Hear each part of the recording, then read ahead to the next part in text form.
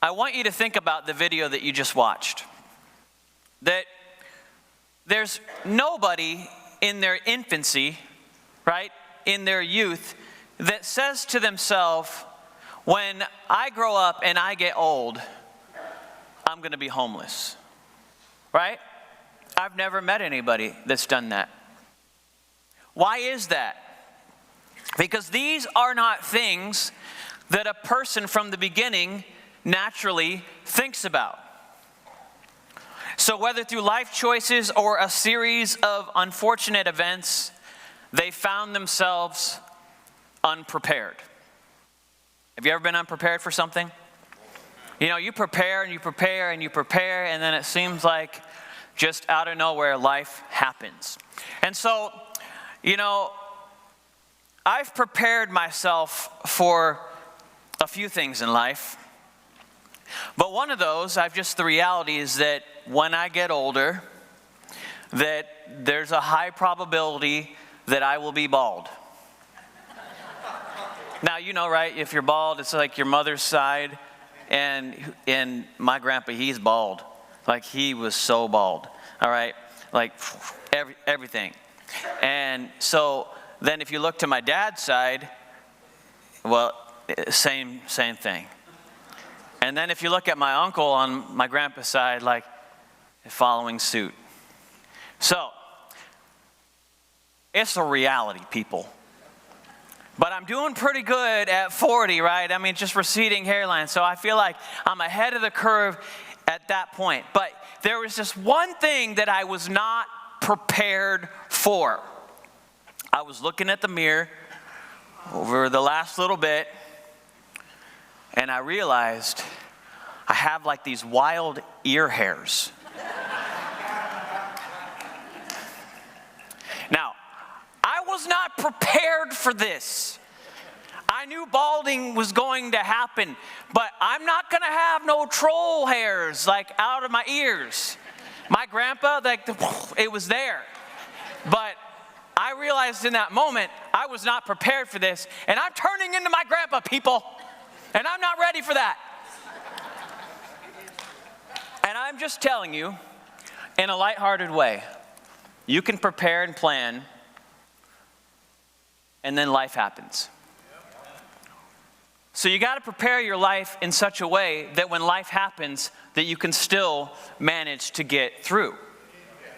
Because we need to get through.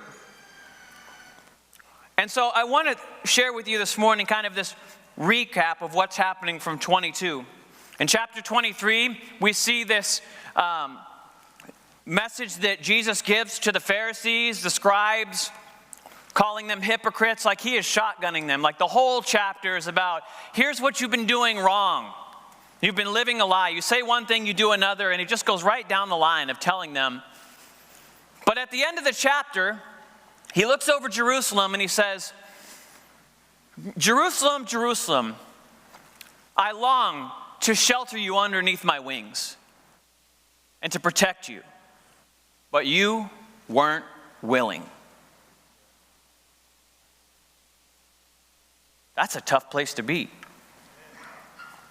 And right after this, we move into chapter 24.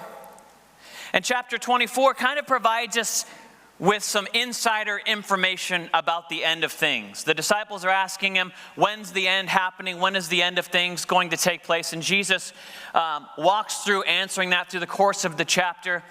And so we're not going to cover everything in that chapter, but just some things to say this, that he gives us some insider things of what's happening and things that are happening in the now right now.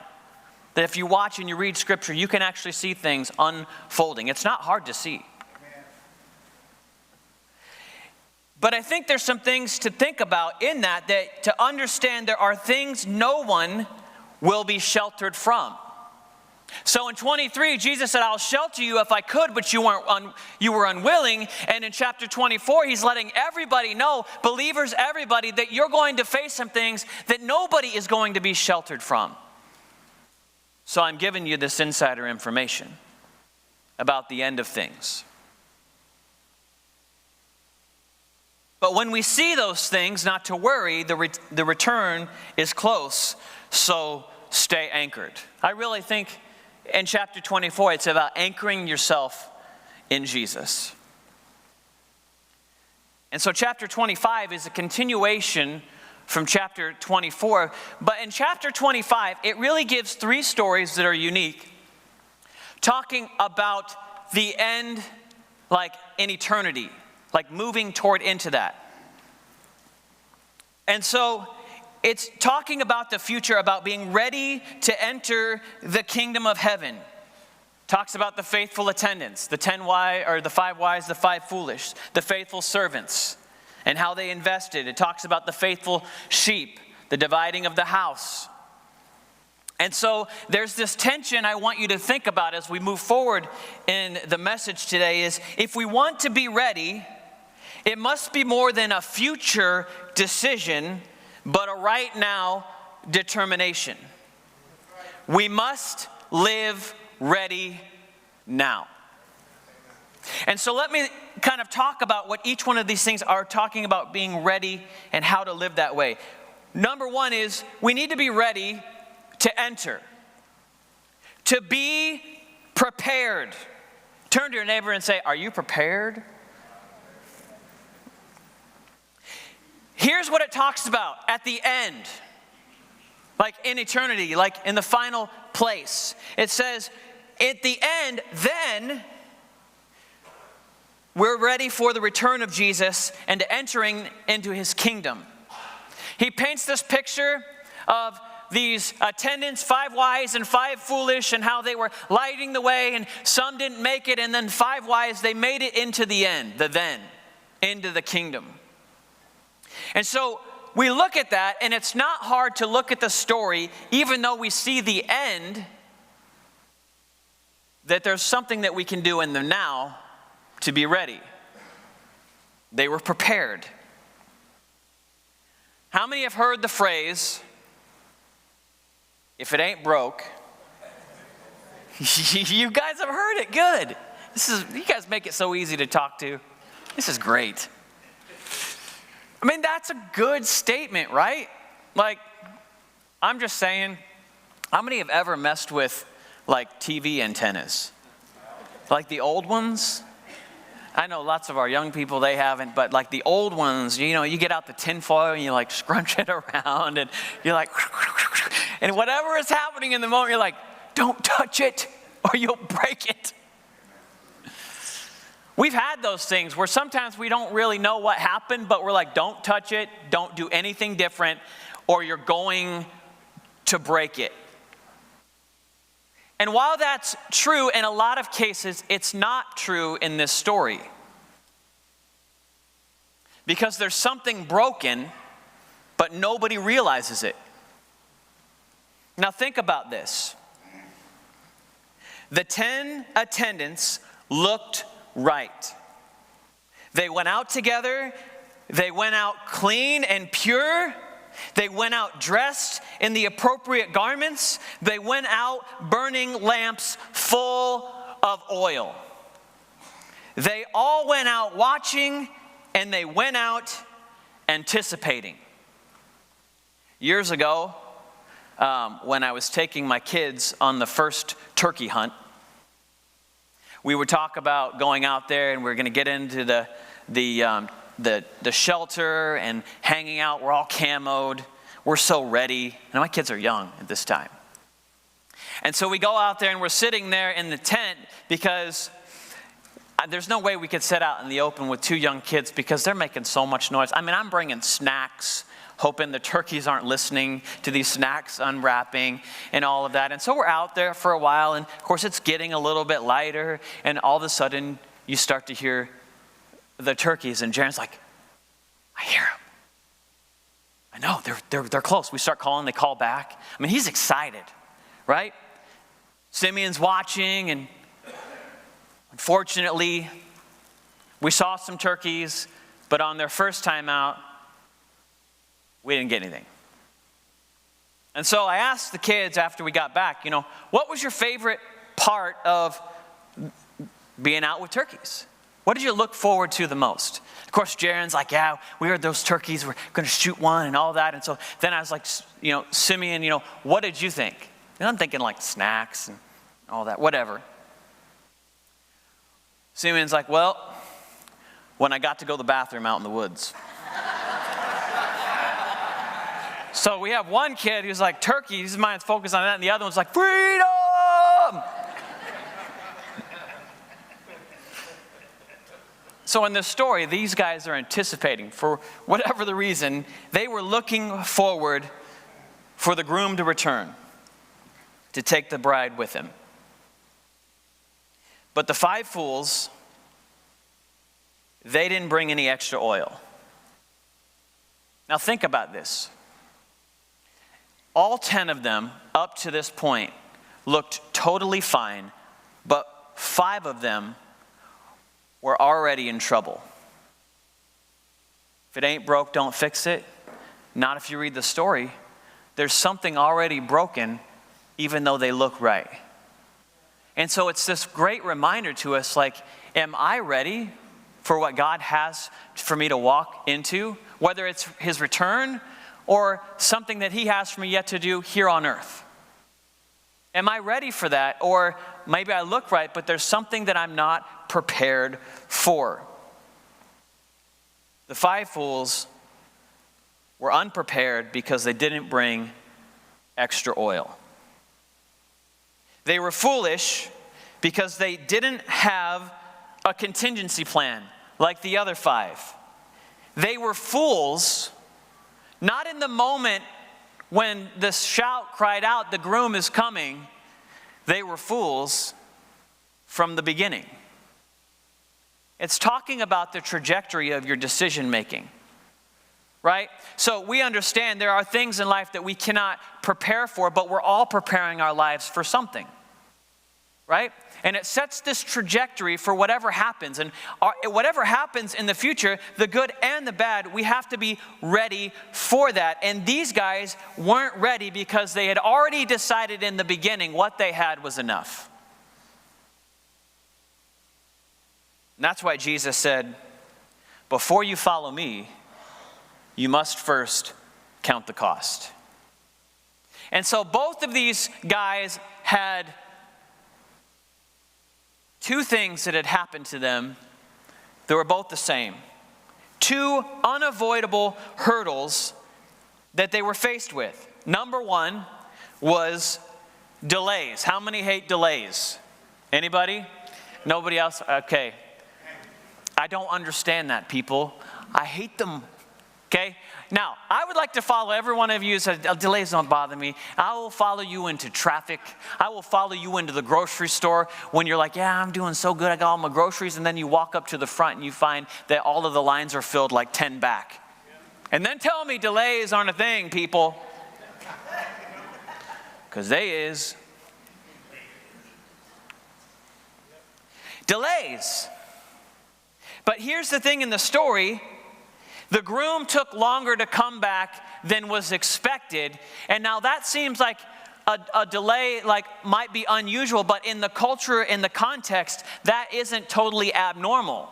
It wasn't uncommon for it to take a little longer than expected. And so they should have known that, but even though in the back of their mind, they're like, yeah, it might take longer, they still left thinking, what I have in this moment is enough. But I'm telling you, there's nothing more frustrating than when delays happen. When you're stuck in traffic.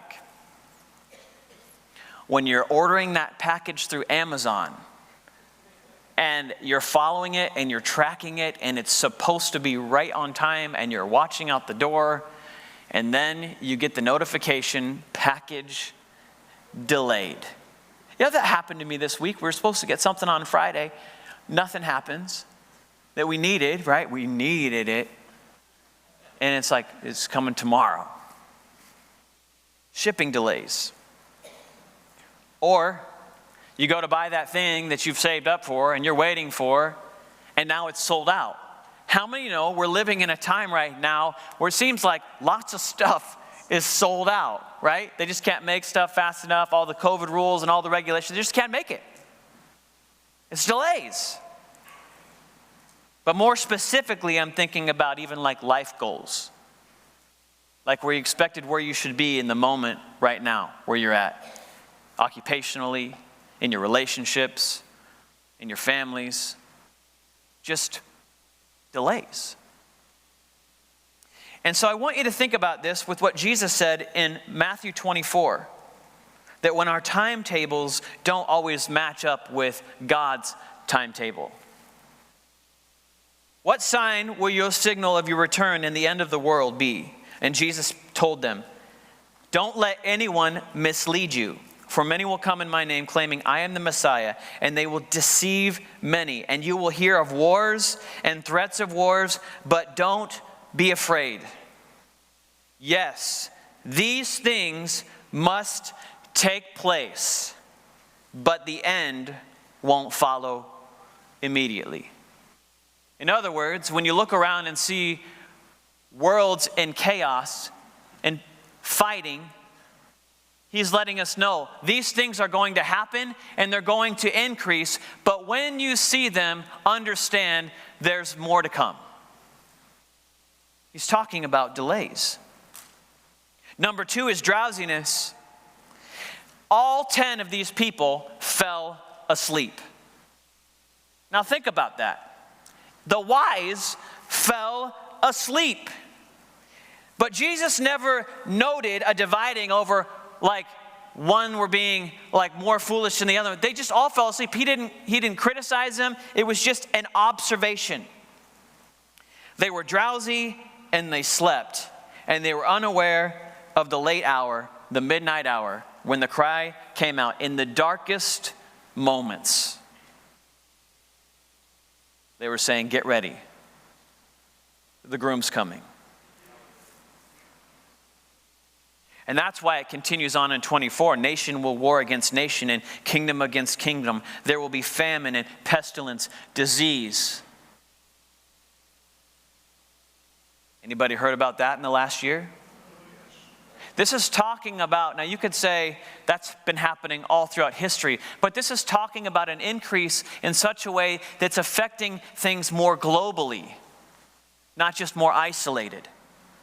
That when you see all these things, famine and earthquakes and pestilence, this is only the beginning of sorrows. And I'm telling you, it's not hard to look around at this world right now and see a lot of sorrow. In fact, it says in this chapter that the love of many will grow cold. And you can see that. The tension that there is today between people, good people, fighting over what's right and what's wrong and what we should do and what we shouldn't do. I'm talking about being drowsy. And in this moment of uncertainty, they were unaware the return was even closer. But yet, even though they were unaware, 5 of them were still prepared. You can be prepared. A faith that is prepared to enter into his kingdom, readying for his return, ready for what's next. They were weary when they woke up, but they were still ready. And I'll just tell you, over the last few weeks, personally in my life, it's been weary. We were getting ready for camp a few weeks ago, preparing, figuring out what we're going to do with some of our kids and where we're taking our dogs and all that. And we found out in that process just a couple of days before that Crystal had COVID. And so because she had COVID, she had to go into isolation. So she's in her room for like 10 days. Which meant anybody in the house could no longer attend camp. So I'm not going to camp. She's not going to camp. 2 of our kids are now exempt from camp, and they weren't symptomatic. There was nothing at that point. So I'm calling people, trying to figure out how to send other leaders to camp, and We should give it up for our leaders right now that just stepped up in the moment. Pastor Kevin and Stacy and all of our leaders. Listen, we had a fantastic week. I've heard from our kids. And listen, a lot of that has to do with leadership. And we have some great leaders in BSC. I'm just telling you. And so in that whole process of just being at home and trying to take care of Crystal, trying to help our kids process through not being able to go to camp and kind of hanging out with them, even though it's frustrating because you can't even leave the house. And in the midst of all of that, Crystal's grandfather had passed away. So now they're having a funeral in the middle of our COVID, and we can't go to the funeral. So we ended up going to the visitation and stood about a half a block away while they said their last goodbyes. And I'm just telling you, at the end of that week, I was spent. And when you're spent, it's hard. And it's easy to just be like, why? Why, God? Where were you? Why did this happen? But if you read the text, these things are going to happen. Sometimes life just happens. We want to spiritualize it. We want to make up reasons why that happens. And some of them are true. There could be reasons that God had intended for that, so we may never know. But I'll just tell you, in the reality of a broken world, stuff's going to happen. And so when life happens and you're weary, you must be strategic to be ready. Strategic in how you pray. Strategic in how you worship. Do you have your own time where you just engage in worship? Strategic in Scripture. You need times of recovery, times of taking breaks. We all know breaks are good, but we don't always take them when we need to. And I resemble that remark. I love to work. And I hate taking breaks. That's just the way I am. I just love working. But breaks are really important. And there's this tension, especially in today, why we need to take breaks in this whole last year and a half of this concept of being able to think fast and slow. And it's not just like just two normal words. No, these are actually things that is a real psychological thing, where thinking fast is like your natural muscle memory of things that you normally do every day that you just get up and do without thinking about it, right? Dropping the kids off at school, driving the car, going to get groceries, doing your normal things that you just don't even have to think about it. And then something happens that causes those normal everyday activities that you never think about. And then you're thinking slow because everything is different. That's what this last year has been about, right? You can't get groceries the same way. You have to figure out where you're going to go eat. You're going to figure out how you get your kids to school, pick them up, do homework with them. It's tough, right? Many of you lived that. Some of you are still living in those slow moments that used to be easy. And so the thing about that is that our minds aren't wired to think in the slow for an extended period of time.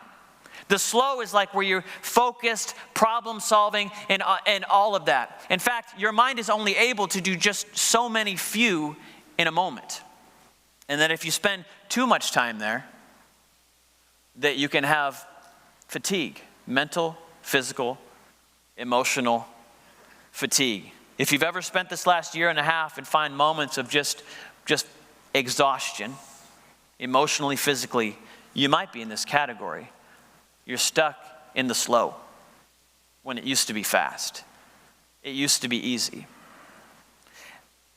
In a similar way, we've been watching the Olympics over the last few weeks, and I really haven't watched much of the Olympics, except I've caught in a few moments of highlights of what's been happening. And one of the big stories is about Simone Biles withdrawing from the competition, right?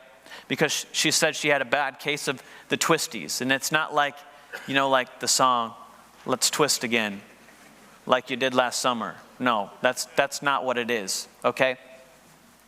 I was reading about that, and it was talking about how that in the same way, an athlete prepares and prepares for certain stunts that it's become muscle memory, and then for some unknown reason, whatever the reason is that when they start to do those stunts, they get lost in the air, and they don't know where they are. So she would be practicing, and she was supposed to be doing like 2.5 twists, and she ended on like 1.5 twists. And I think, oh, that's not too terrible. But when you're expecting to do 2.5 and you end up with 1.5, from other athletes that have said that's the fact that she was able to land that without getting hurt tells you how good she is. In fact, they say that the twisties can be so bad that it might cause the athlete to actually retrain from the beginning how to do that stunt because they become lost. What was once muscle memory has now become difficult. And that's what I'm talking about here. You have to be strategic. And her strategy was, I realize I'm in a moment of danger. This is more than just about winning a medal. This is about my life. So she said, the best thing that I can do is withdraw. For the best of the team and the betterment of her personally. She had a strategy. You have to have predetermined decisions the same way in your faith. Those 5 people, they woke up and they trimmed their lamps, right? They were ready. That's why Scripture says that the path of the righteous is like the morning sun shining brighter and brighter unto the full day. It says in another place, because the sovereign Lord has helped me, I will not be disgraced. Therefore, I have set my face like a flint, and I will know and not be put to shame. In another place, let us not become weary in well-doing, for in the proper time we will reap a harvest if we do not give up. I'm talking about trimming your lamp. And in those days when I was tired and I would get up, you still got to work, people. You still got to put on your faith. You still got to trim your lamp. And I'm just going to be honest, some moments of trimming my lamp might be more to produce heat than being bright. So maybe you didn't want to be a little too close to me. But nevertheless, I'm just being honest. You still got to get up in faith and be ready and live ready. But you have to decide that already. You trim your lamps, and then you guard your lamps. They both woke up, they went to trim the lamps, and the 5 fools had said, hey, we're out of oil. And they went to the wise people and said, can we have some of your oil? And now that kind of seems insensitive. It seems not right. We look at that and think, these guys are getting ready to go into the kingdom, and the other right there are asking for help to go into it. Now, you read the story and then you read Scripture and you think, the heart of God is to reach everybody. Why wouldn't they just share a little bit? And if there's any shortcoming in the story of understanding, this might be that moment. Because it's not about the sharing. The point is, it's about the guarding. They understood how valuable their faith is in the preparing. And they were guarding what they had because they wanted to be ready for whatever happens next. And in those moments of trouble, I can't give you all of my preparation and say, here's what you need. You have to have done some of that along the way. I could walk with you, but there's not any replacement for the preparation. And if you're going to make it into the kingdom, in heaven or whatever is next, you have to be prepared. That's right. How important is that really? It determines the difference between gold and silver in the Olympics. It reveals the integrity of a strong foundation and a soft footing. It's the objective rule that the groom uses to judge whether you're worthy to enter his kingdom or depart. Preparation. Listen, I've seen too many people that have failed in this moment. They failed to prepare their lives for the success God was planning to bring for them. They didn't get their hearts ready. There was success that they walked into, and while they were successful in what they were doing, it affected them to where eventually they fell because they weren't able to manage that. I've seen too many people waiting occupationally or maritally for contentment, forgetting to prepare their faith along the way, looking for that next job or that dream job or for that dream relationship. Listen, it all comes out of your relationship with Him. That's why Paul said, and I've learned in every circumstance to be content. It's not about whatever's next. It's about right now in this moment. And if you can't live content in this moment, you won't be content in that one either.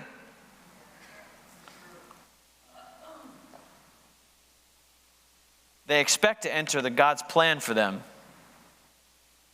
but they haven't prepared their soil of their heart for what God was wanting to plant. They knew God was wanting to use them, but they weren't willing to do anything but just say, "Here I am, Lord." That's a bad place to be. And that's only point one, people. You need to be ready to offer. The second part of the story is the ones who were like the 5 talents, the 3 talents they give and they invest, and the master comes back and he comes to collect. They need to be ready to offer. And if you're wanting to be ready to offer when you get to the final place into the kingdom where rewards are given out, it's about investing today. If you want to enter into that joy, you have to enter into the joy today. This is a long-term investment. And so there's some important components that I want to share with you just briefly. It's the importance of the commodity. Now think about this. He gave them talents according to their ability. 5 to one, 2 to another, and 1 to another. Now, a talent is a unit of measure. And he doesn't tell us what he gave them actually. But we think in terms of like, it's got to be the best. Like gold, silver, bronze. Now think about what if in today's market he were to give them these. A talent is 75 pounds of whatever it is. If it were bronze, the 5 talent person would have been given equivalent to about $1,800. If it were silver, it would have been $122,000. If it were gold, it would have been equivalent to $7.6 million. Hallelujah. I know I'm 5 talent, right? Just give it to me. I'm just kidding. All right, 2 talents, $750. $48,000 if it was silver. If it was gold, $3 million. That's if it was today. Even the 1 talent person would have been given $375. And I don't know about you, but that's still something, right? If it was silver, $24,000. If it was gold, $1.5 million. Now we read this story and we compare who gets what and am I a 1 or a 2 or a 5. But that's not what this is about. It's about whatever God gives you, investing it. They realized what they possessed wasn't theirs, and 2 of them invested and 1 of them buried it. Now, there's the important choice that the master gives. He gives according to our ability. He gave to his servants, listen, because he trusted them, right? They were his servants, and so he gave them gifts and abilities and resources to go out and to invest. And so whatever you are, wherever you find yourself, whether you feel like you're a 5-2-1, you still got gifts, and that's something. And the gifts that God has given you, whether it's talent, ability, resources, is yours because he trusts you with it. So use it and invest it. Because it must produce the right response. Having those things is not enough. That's why there's these important principles I want you to think about. The principle of that God is expecting a return on your life. the investment that you base on excess is not investing at all. People think if I just had a little bit extra, then I'll give. No, look in the story. 5 gave all, 2 gave all, 1 buried all. He's talking about giving all. And if you don't take a risk, there's no return. Listen, your life is an offering. Here's why I think that God didn't say what kind of unit or what he gave them, gold, silver, bronze, whatever it was. It's because it wasn't about the substance, it's about what they did with that. And listen, I think it's really more about the person than about the product. It's about our lives. He's not interested in your gold, silver, or bronze and your gifts. He's interested about you, people. He wants you. The point of this story is you are highly valued. He loves you.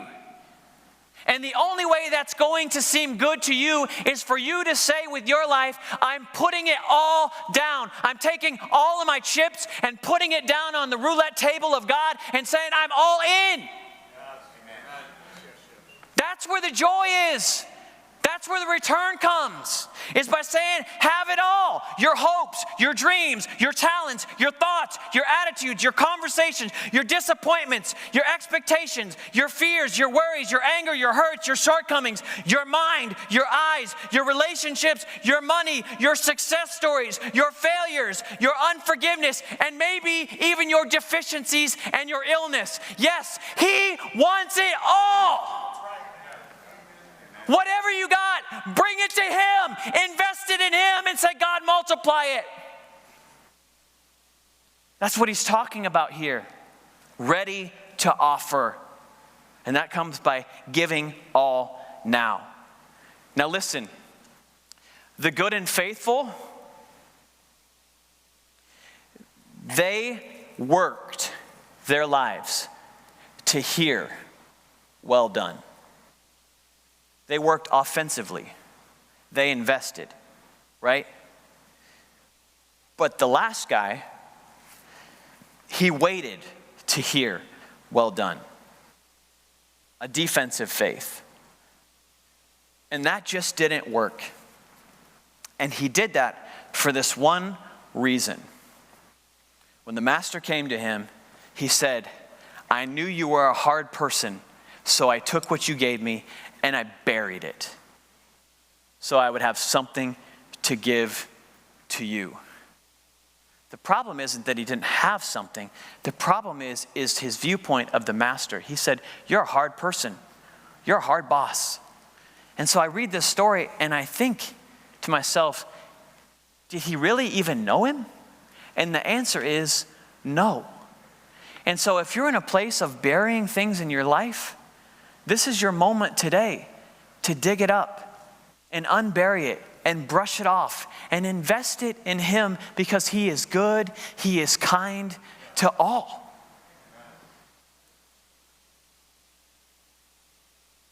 He's so good.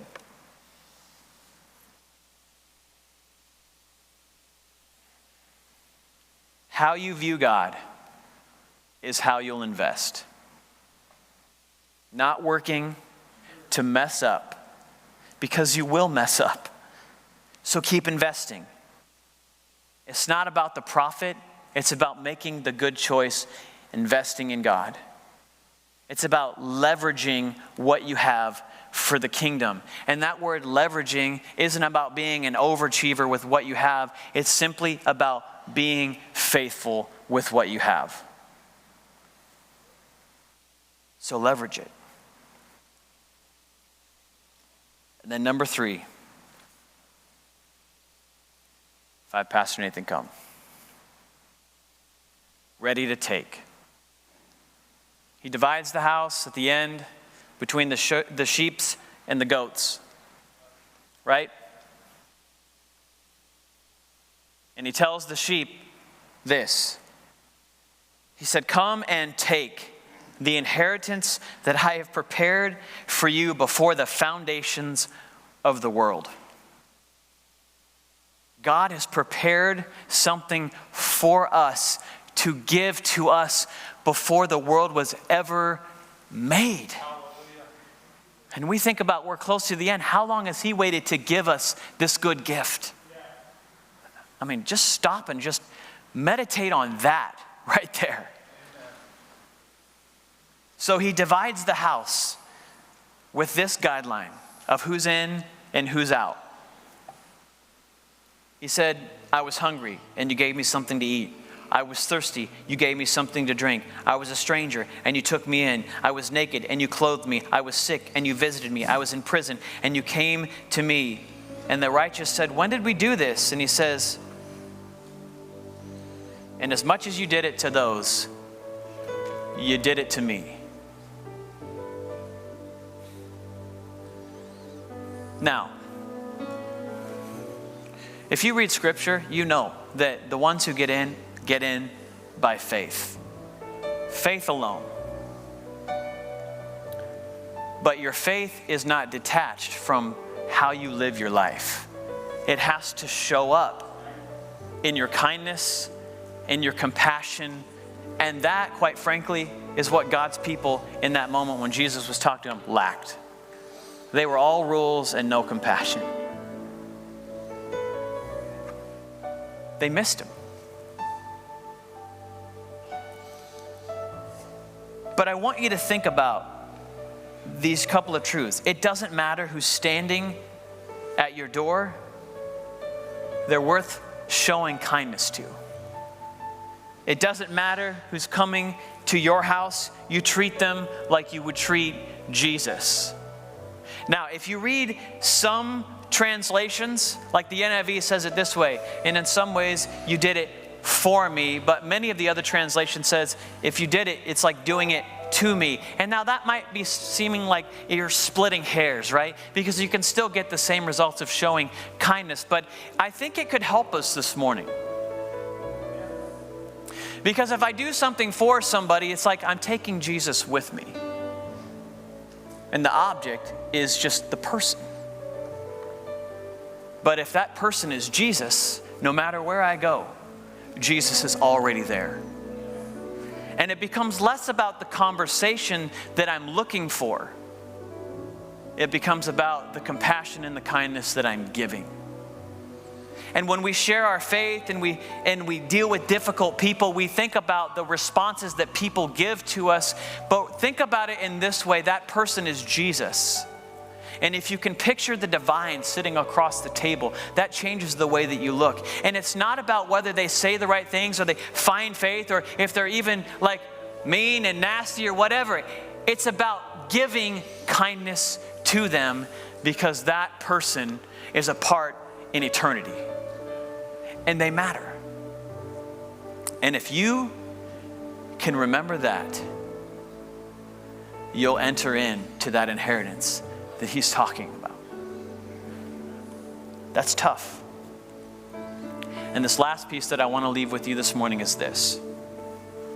Matthew chapter 4 talks about famine and pestilence and people going into prison. And then I read in this last part of the story about that group that Jesus is talking about. Those same things are in that list. And then I think about today, as we're living in 24, there's difficulty, there's an increase of sorrow, there's kingdom of fighting against kingdom, there's a lot of turmoil involved. And in those moments, it's easy to conserve and to pull back and to think about, I got to worry about me and what's next. But I want you to think about 25. That in the midst of the chaos, God is still wanting us to reach. And there's going to be these incredible moments, I believe this, that there will be people that will be hurting and hungry and thirsty spiritually or physically. And we are the ones that are trying to help them to find their way home. And if we can keep our eyes in 25, we're going to help a lot of people in 24. We're the torchbearers lighting the way home into the kingdom. If you'll stand with me right now this morning. This morning, as we get ready to close and Pastor Nate leads us in worship, I just want to challenge you with this. That if you're here this morning and you're living your life in the spiritual moment, to change that for yourself, to live your life to be ready for whatever God has for you next. Ready to go home or ready to enter into that next phase of whatever He has for you in this moment. Let this be a refueling moment for you. If you've been a poor steward this morning, burying your talents, this is your day to begin fresh and anew. Dig it up, brush it off, invest your life in Him. And if you're struggling with difficult people, just picture that's Jesus across the table. And it's not about the difficulty that they give back to you. It's about, despite whatever people give, I'm going to give it away anyway. The life of God. And if that's any of you this morning, as we get ready to worship, I want you to audibly confess that to Him and say, God, I need you to prepare me for what's next, to invest, and to be ready to take whatever you have for me. Can we do that this morning? Come on, let's worship together one last time.